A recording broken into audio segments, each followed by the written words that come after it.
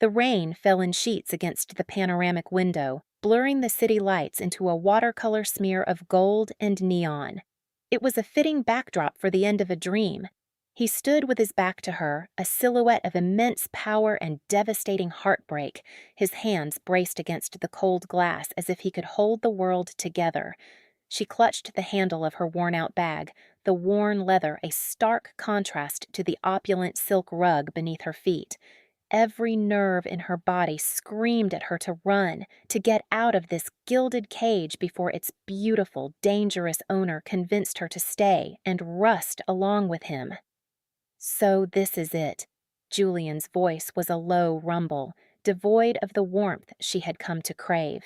It was the voice he used for business, the one that made powerful men tremble. It made her flinch. "It has to be," Maya whispered, her own voice tight with unshed tears. She hated the weakness in it, the tremor that betrayed the shattering of her own heart. "I can't. I can't be a part of your world, Julian." He turned slowly, and the agony in his eyes was a physical blow.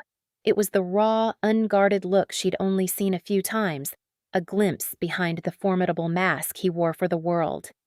"And what about my world without you in it? Did you consider that?" "You'll be fine," she lied, the words tasting like ash. "You have your empire." "I don't want the empire," he said, taking a step toward her. His movements were always so deliberate, so full of predatory grace, but now they were freighted with desperation. "I want you. I want you." The three words that had once made her soul sing now felt like shackles. She took a step back, her hand fumbling for the doorknob. The cold, solid brass was an anchor in the storm of her emotions. "Goodbye, Julian." She didn't wait for a reply. She pulled the heavy door open and fled, leaving the scent of rain and regret in her wake. The sound of her name being called out in a broken roar echoing down the marble hallway behind her. 3 months earlier, Maya's world had been composed of the smell of antiseptic, the rhythmic beep of monitors, and the bone-deep ache in her feet after a 12-hour shift. Her life was a carefully balanced equation of rent, student loan payments, and money sent home to her ailing mother. There was no room for error. There was certainly no room for luxury, and even less for men who looked like they owned the very concept of it. She was pulling a double, a last-minute favor for a colleague that she couldn't afford to turn down. It wasn't her usual floor. Instead of the chaotic symphony of the emergency room, she was assigned to a private fundraising gala for a new pediatric wing. The hospital's wealthiest donors mingled in a ballroom that glittered with chandeliers and pretension. Maya felt like a sparrow in a flock of peacocks, her simple black dress and sensible shoes, a stark contrast to the designer gowns and flashing jewels. Her job was simple: be on standby for any minor medical incidents, fainting spells from too much champagne, a blister from a too tight shoe. It was supposed to be easy money. From his vantage point on a secluded balcony, Julian DeSantis watched the affair with a familiar, suffocating boredom. These events were a necessary evil, a tax on his position. He was the head of the DeSantis family, a title that came with a sprawling, shadowy empire built by his father and grandfather. It was an empire of logistics, real estate, and private investments on the surface, and something far older and more dangerous underneath. He was expected to be here, to write a check with an offensive number of zeros, to smile and shake hands with men he despised, and to maintain the facade of legitimacy. He raised a glass of whiskey to his lips, the amber liquid doing little to dull the grating loneliness that was his constant companion. His life was a fortress of wealth and power, but it was a prison all the same. His second-in-command and only true friend, Marco, stood a few feet away, ever watchful. "You should try to look like you're enjoying the fleecing, boss," Marco murmured, his eyes scanning the crowd. "I'm donating enough to buy the architect," Julian replied, his voice flat. "I don't have to enjoy it." He was about to turn and leave, to retreat back into the controlled silence of his penthouse, when his eyes snagged on her. She was standing near a marble pillar, her posture straight and proud despite the obvious weariness on her face. She wasn't draped in silk or diamonds. She was simple, real, a splash of stark authenticity in a sea of artifice. Her hair was pulled back in a neat bun, and a small, determined frown creased her brow as she adjusted the cuff of her dress. The world didn't just slow down, it stopped. The drone of the string quartet, the clinking of glasses, the meaningless chatter, it all faded into a dull hum. There was only her. He felt a jolt, a profound and inexplicable sense of recognition, as if he'd been waiting for her his entire life without even knowing it.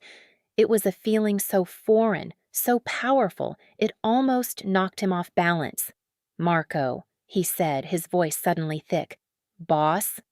Who is that?" Marco followed his gaze. "The woman by the pillar?"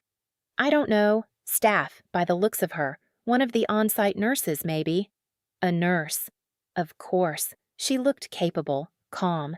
He watched as an elderly woman stumbled, and she was there in an instant, a steadying hand on the woman's arm, her voice low and reassuring. There was a quiet strength about her that called to something broken and jagged inside him. He didn't think. He just moved. He descended the stairs, his focus narrowed to a single point in the crowded room. People parted before him, their greetings and sycophantic smiles bouncing off the invisible shield of his intent. Maya was trying to discreetly find a bottle of water for Mrs. Gable, who was feeling faint when a shadow fell over her. She looked up and felt her breath catch. The man standing before her was impossibly tall, dressed in a suit so exquisitely tailored it looked like it was spun from midnight. His face was all sharp angles and stark beauty, with eyes the color of storm clouds and a scar that cut a faint silver line through his left eyebrow, a hint of violence that contrasted with his refined appearance. He radiated an aura of power so intense it was almost a physical force. "Are you all right?" he asked, his voice a deep baritone that seemed to vibrate through the floor. His gaze was so direct, so penetrating, it felt like he was looking straight into her soul. Maya blinked, momentarily forgetting her patient. "I'm fine." "This lady just needs some water." The man snapped his fingers without looking away from her, and a waiter appeared as if from thin air. "Water! Now!" The command was soft, but the effect was instantaneous. The waiter practically sprinted away. He turned his full attention back to her. "You're one of the hospital staff." It wasn't a question. "I'm a nurse, yes," she said, forcing a professional tone. She was used to dealing with wealthy, entitled men, but this was different. This wasn't entitlement. It was an absolute, unshakable certainty of his own authority. It was unnerving. The waiter returned, breathless, with a bottle of chilled water. The man took it, opened it, and handed it to Maya. His fingers brushed against hers, and a jolt of pure electricity shot up her arm. She pulled her hand back as if burned. His eyes darkened, a flicker of something unreadable in their depths. After ensuring Mrs. Gable was comfortable, Maya turned to leave, her job done. "Wait," he said. She paused, her back to him. "Yes?" "I'm Julian DeSantis. I'm making a significant donation tonight." He paused as if this information should mean something to her. "I'd like to earmark it for a specific department, or perhaps a specific nurse's educational fund." Maya turned around slowly, her spine stiffening. She understood now. This wasn't a kind gesture. It was a transaction. He was trying to buy her attention, her gratitude, maybe more. The assumption that she, like everything else in his world, had a price tag, ignited a spark of anger in her chest. It was an old, familiar anger, one she felt every time she was dismissed or underestimated. She looked him straight in the eye, her own gaze clear and unflinching. "I don't need your charity, Mr. DeSantis." She walked away, leaving Julian DeSantis standing alone in the middle of the glittering ballroom, the echo of her words ringing in his ears. He'd never heard that before. Men begged him for money. Women threw themselves at him for it. No one, ever, had looked at his immense wealth and power and simply said, no. A slow, dangerous smile touched his lips.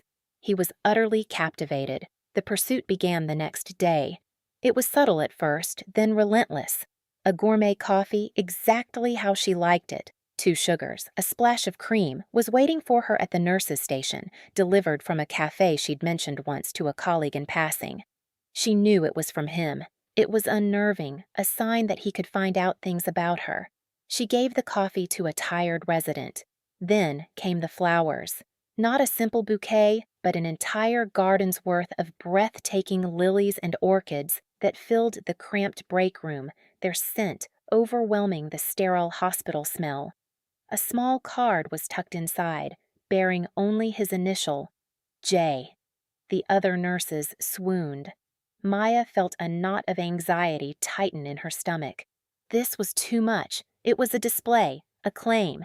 He found out her schedule. He knew when her shifts ended.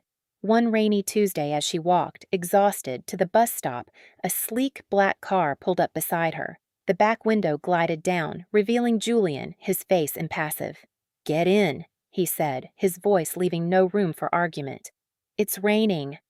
"I have an umbrella," she said, holding up the cheap, flimsy thing as a gust of wind threatened to turn it inside out.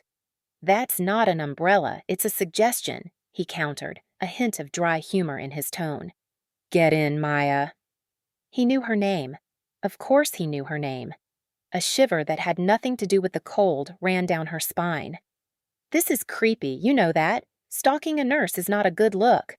Offering a woman a ride in a downpour is chivalry," he corrected smoothly. "The line is thin, I'll grant you, but I'm on the right side of it, for now." She hesitated, the rain plastering her hair to her face and soaking through her thin jacket. The warm, dry interior of the car was impossibly tempting. Against her better judgment, she got in. The car smelled of leather and something else, something uniquely him, a clean, masculine scent that was both expensive and intoxicating. "Where do you live?" he asked as the car pulled silently into traffic. She gave him the address to a spot 2 blocks from her actual apartment building. She wasn't that foolish. The silence in the car was thick, charged with unspoken questions. "Why are you doing this?" she finally asked, unable to stand it any longer. "Because the first time in my life, I saw something I wanted that I couldn't buy," he answered, his honesty so blunt it took her breath away. "And because you told me no." He was a man who got what he wanted. The thought was both terrifying and thrilling. When the car stopped, he didn't just let her out. He got out with her, holding a large, sturdy black umbrella over her head. "I want to take you to dinner," he said. "I'm busy," she lied. "Tomorrow, then." "Busy. The day after." He was relentless. A small smile played on his lips. He was enjoying this, the challenge of it. "I'm a very patient man, Maya. I don't go out with the strange men who send small forests to my workplace." "Then let me be not a stranger. One dinner. Your choice of restaurant. If, at the end of it, you still want me to leave you alone, I will." She looked at him, really looked at him. Underneath the power and the wealth, there was a profound loneliness in his eyes. It was a look she recognized, a look she saw in her own reflection on her hardest days. It was that flicker of vulnerability that made her hesitate. Maybe he was more than just a rich man used to getting his way. Maybe. "Fine," she sighed, the word tasting like surrender. "One dinner, but not your kind of place. My kind of place." His smile widened, and it was like the sun breaking through the storm clouds of his face. "Whatever you want." Her kind of place was a small, bustling Ethiopian restaurant in her neighborhood, filled with the rich aroma of spices and the sound of lively conversation. Julian, in another of his perfectly tailored suits, stood out like a panther in a petting zoo. But to her surprise, he didn't seem uncomfortable. He watched everything with a quiet, intense curiosity. "You've never eaten with your hands, have you?" she teased, tearing off a piece of injera bread. "It's not a regular occurrence at board meetings, no," he admitted, but he followed her lead, his movements surprisingly deft. She had expected him to talk about himself, his business, his wealth. Instead, he asked about her. He asked about nursing school, about the challenges of her job, about the city she grew up in. He listened, truly listened, with an attentiveness that made her feel like she was the only person in the world. She found herself opening up, telling him about the frustrations and the small triumphs of her life, the crushing weight of her loans, the fierce love she had for her job despite it all. "It sounds difficult," he said, his expression serious. "It is," she admitted, "but it's mine. I earned it, every bit of it." He nodded, a look of profound respect in his eyes. "I understand that." For the first time, she saw the man, not the monolith. She saw the loneliness he tried to hide, the weight of a legacy he carried on his broad shoulders. He spoke briefly of his father, a man he described as a force of nature, and the way he said it sent a small chill down her spine. There were depths to this man, dark and complicated, that she was only beginning to sense. As he walked her home, to her actual building this time, the easy atmosphere of the restaurant lingered between them. "So," she said, stopping at her door. "Was that so bad?" "It was the best meal I've had in a decade," he said, and she knew he wasn't talking about the food. He didn't try to kiss her. He simply reached out and tucked a stray curl behind her ear, his touch gentle, almost reverent. "I'm not leaving you alone, Maya." "You promised," she whispered, her heart hammering against her ribs. "I lied," he said, his voice a low caress. "I'm not a good man, but I want to be with you." And that was how it began. Slowly, cautiously, she let him in. They built a fragile world for themselves in the quiet moments, walks in the park, late-night talks in her tiny apartment after her shifts, visits to art museums where he would stand silently before a painting, his expression unreadable. He showed her a side of himself he showed no one else, a surprising gentleness, a dry, self-deprecating wit, and a vulnerability that left her breathless. He never tried to change her, never showered her with expensive gifts after the initial onslaught. Instead, he gave her his time, his undivided attention, which she was coming to realize was his most valuable commodity. She was falling in love with him. The realization was terrifying. Her best friend, Sarah, was both thrilled and worried.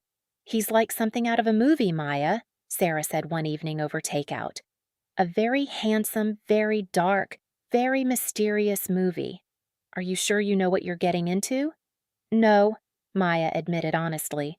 "But when I'm with him, I feel seen and safe." Safe.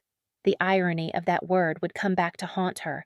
The shadows of his other life were always there, lurking at the edges. A phone call would pull him away, his face hardening into a cold mask. A whispered conversation with Marco in Italian would abruptly end when she entered a room. Men in dark suits would watch them from a distance when they were out together. One night, they were leaving a quiet jazz club when a man stepped out of the alleyway. He was slick and dangerous, with eyes that held a cold, reptilian gleam. He addressed Julian with a familiarity that was laced with contempt. "DeSantis," the man sneered. "Slumming it, are we?" His eyes slid over to Maya, lingering in a way that made her skin crawl. Julian moved, placing himself slightly in front of her. His whole demeanor had changed. The warm, attentive man she'd been with moments before was gone, replaced by someone cold and lethal. "You have no business with me here, Falcone." Julian's voice was dangerously low. "Your father always had time for business," Falcone shot back, "and he had better taste in women."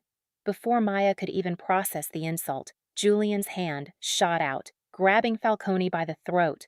It was a movement of shocking speed and violence. He slammed him against the brick wall, the sound a dull thud that echoed in the quiet street.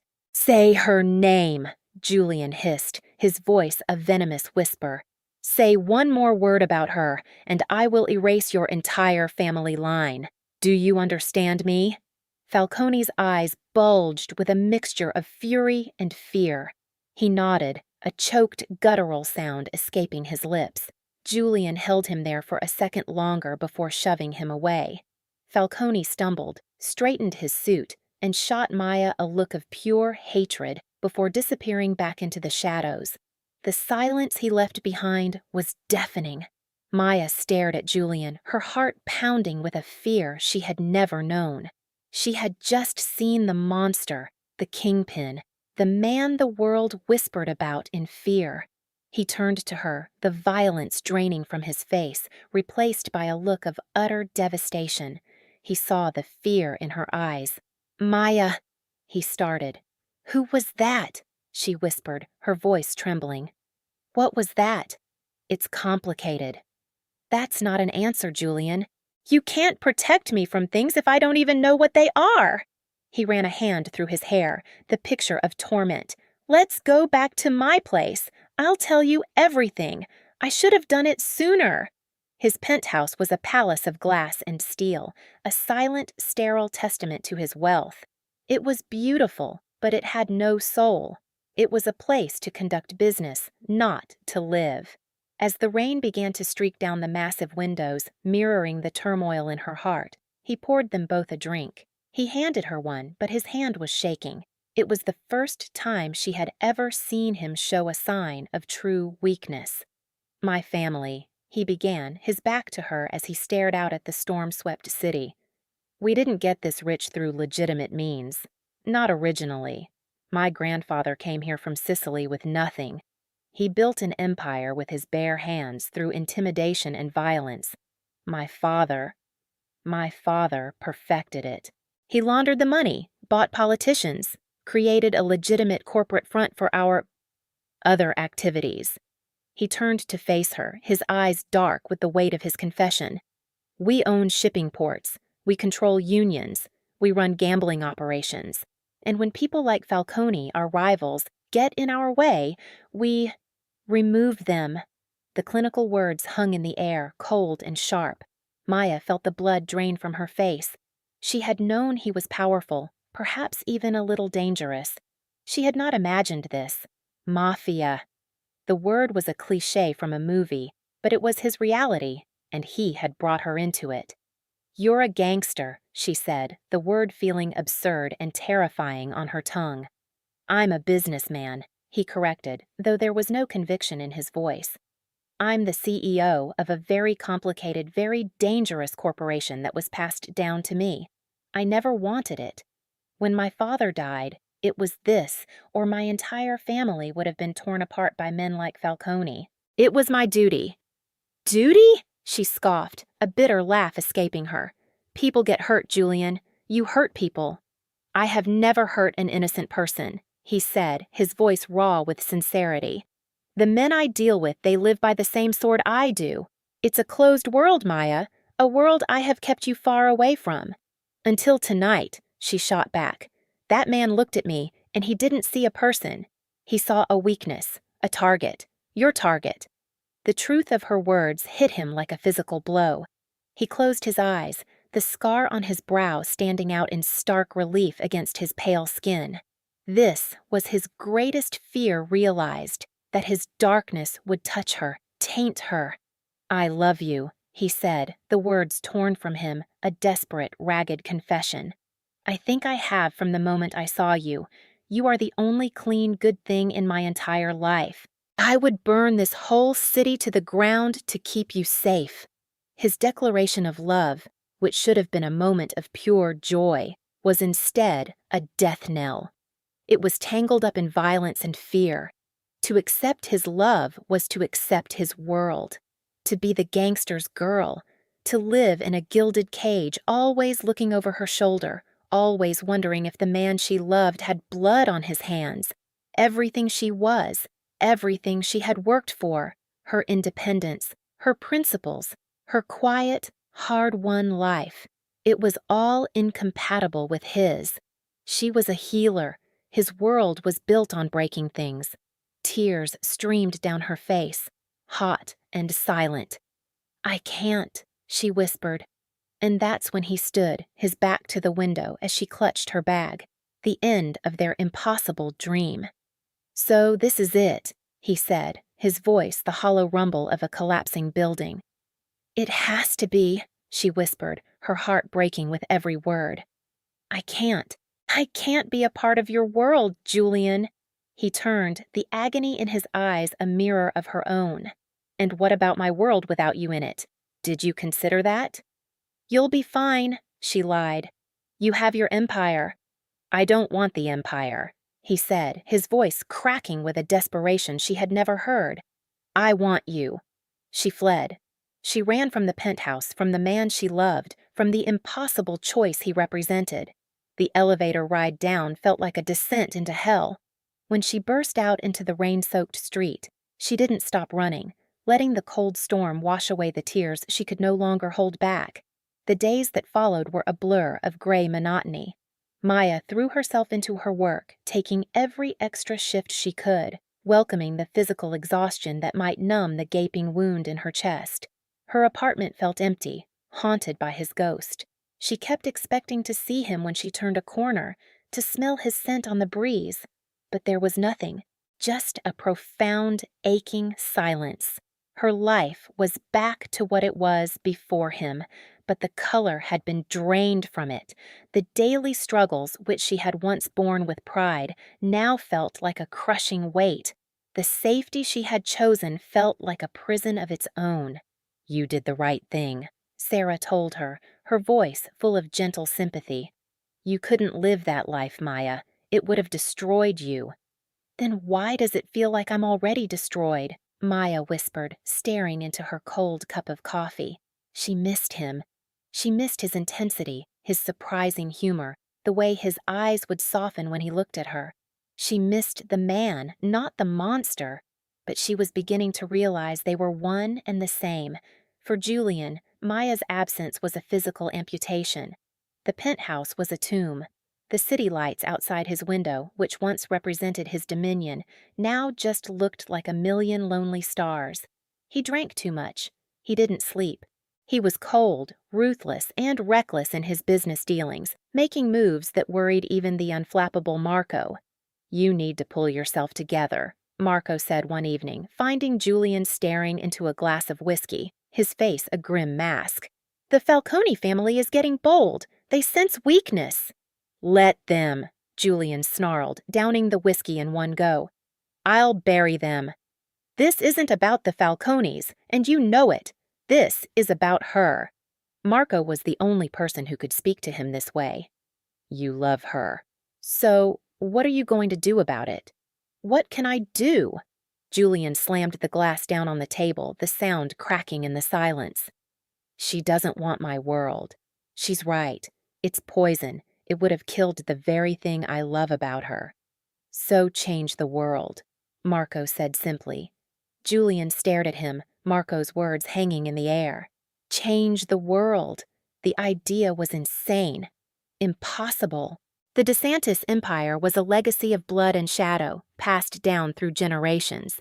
To dismantle it, to attempt to go legitimate, it wasn't just difficult, it was suicidal. Their rivals, their allies, even members of their own family would see it as a betrayal, an act of supreme weakness. They would come for him. But then he thought of Maya's face, of the fear and disappointment in her eyes.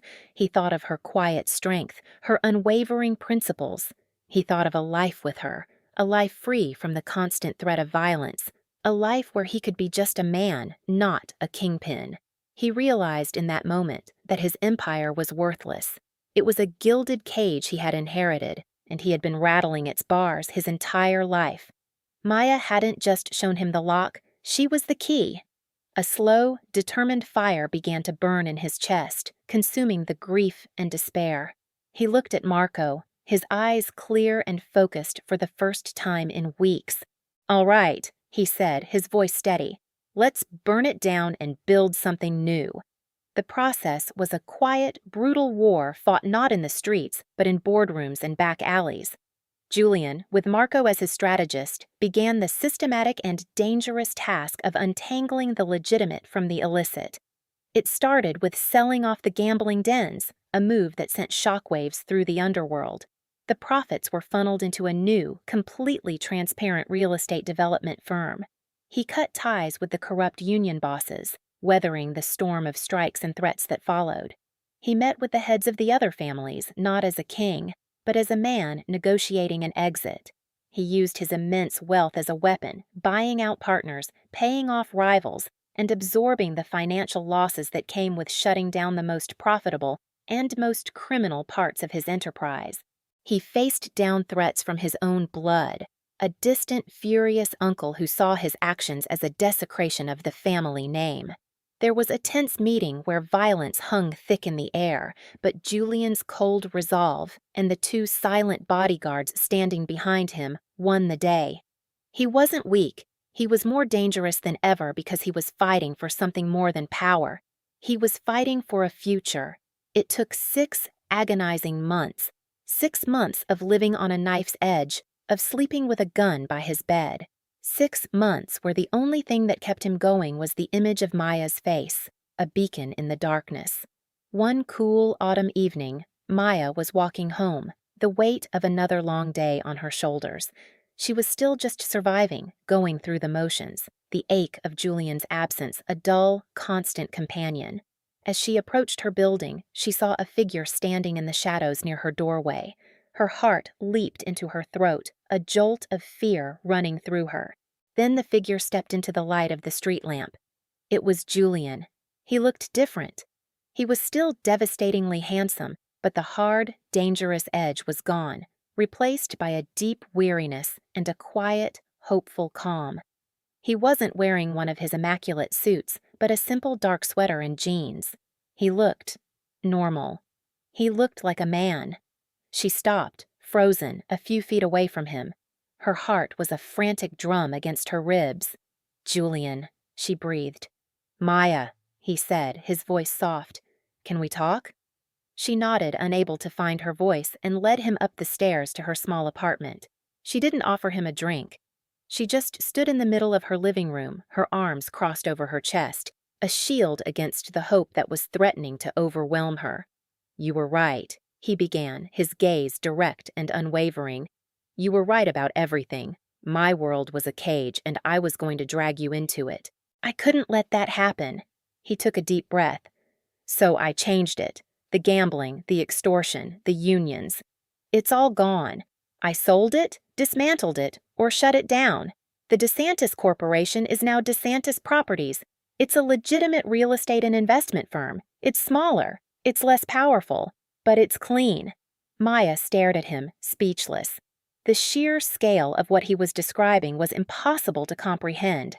He hadn't just made a change. He had performed an exorcism. He had dismantled a generational empire built on crime, for her. "How?" she finally managed to ask. "Is that even possible? Are you safe?" "It was difficult," he admitted, a grim understatement. "And yes, I'm safe. The price of peace was high, but I paid it. There's nothing left for them to fight over." He took a step closer, his eyes pleading. "I didn't do it to win you back, Maya. I did it because you showed me what it was to be a good person, and I wanted to be a man who was worthy of your love, even if I could never have it."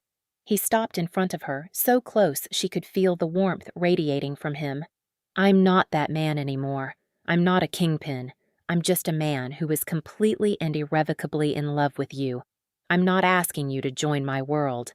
I'm asking if you'll let me be a part of yours. If you'll help me build a new one. With you." The tears that had been threatening to fall finally escaped, tracing silent paths down her cheeks. They weren't tears of sorrow or fear, but of overwhelming, earth-shattering relief. The man she loved had not asked her to compromise her soul. He had changed his own. He had chosen her, chosen love over power and legacy. She didn't need to say a word. She closed the distance between them and threw her arms around his neck, pressing her lips to his. The kiss was not gentle.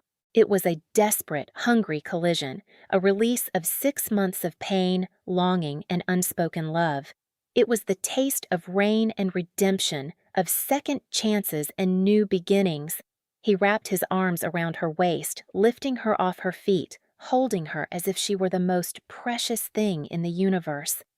In that moment, in the warmth and safety of his embrace, she knew she was home.